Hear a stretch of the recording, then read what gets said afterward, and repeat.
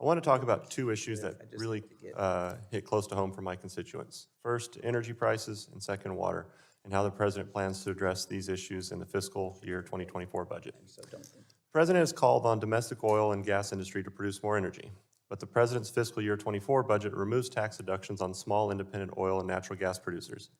These producers account for over 90% of the wells in the U.S. and produce over 80% of America's oil and 90% of America's natural gas. These local producers are ramping up production to meet our pressing energy needs, while creating high-paying jobs and generating critical revenue that support our local public services in California's Central Valley.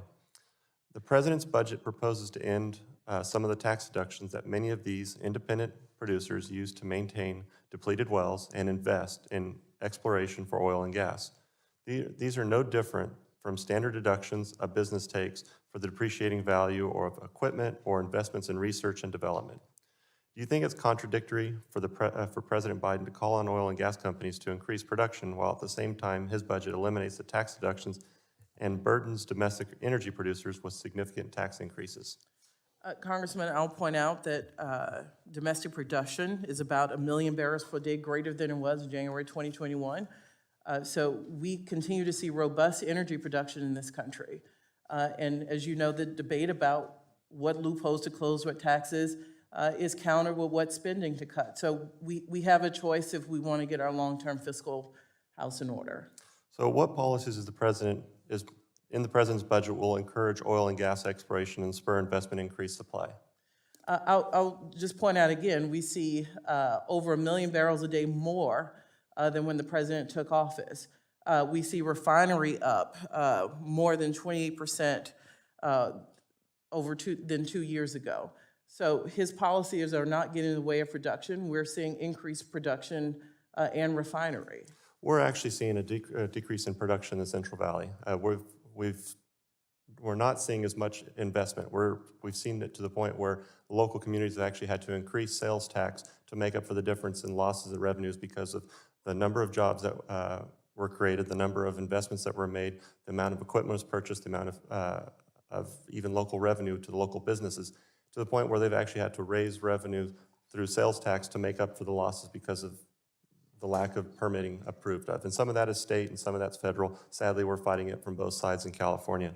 And I know that the tax credits are something that the administration doesn't support, but in the previous comments from my colleague from Texas, tax credits were mentioned as one of the ways that you would increase housing by giving tax credits to people to build more. And I would say the same thing would work for oil. And if you take away those tax credits, you're going to have the opposite effect of what you're going to do for housing.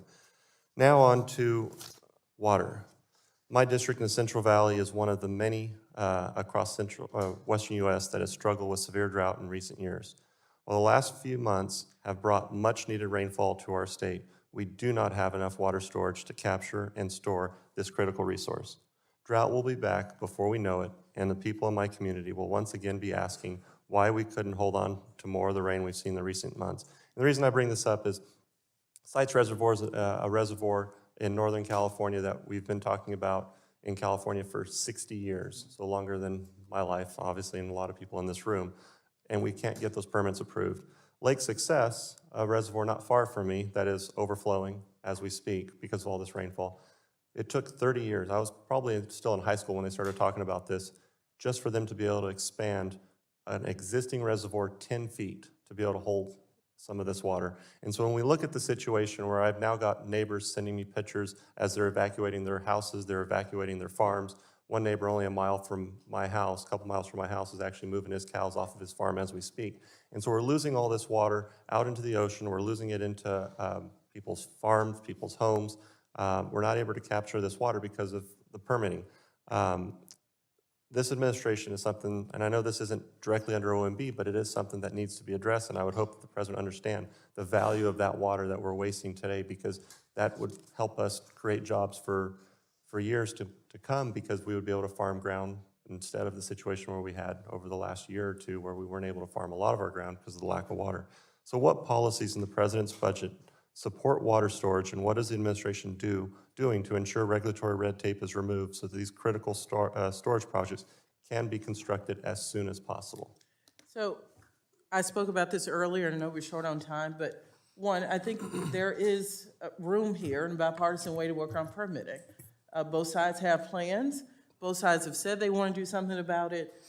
We have to sit down and do something about it. OMB has a small piece of guidance we put out to try to help streamline, but it's going to take congressional action to do something further, and you've heard the president talk about this, so I hope the room opens to be able to have fulsome conversations that result in changes there.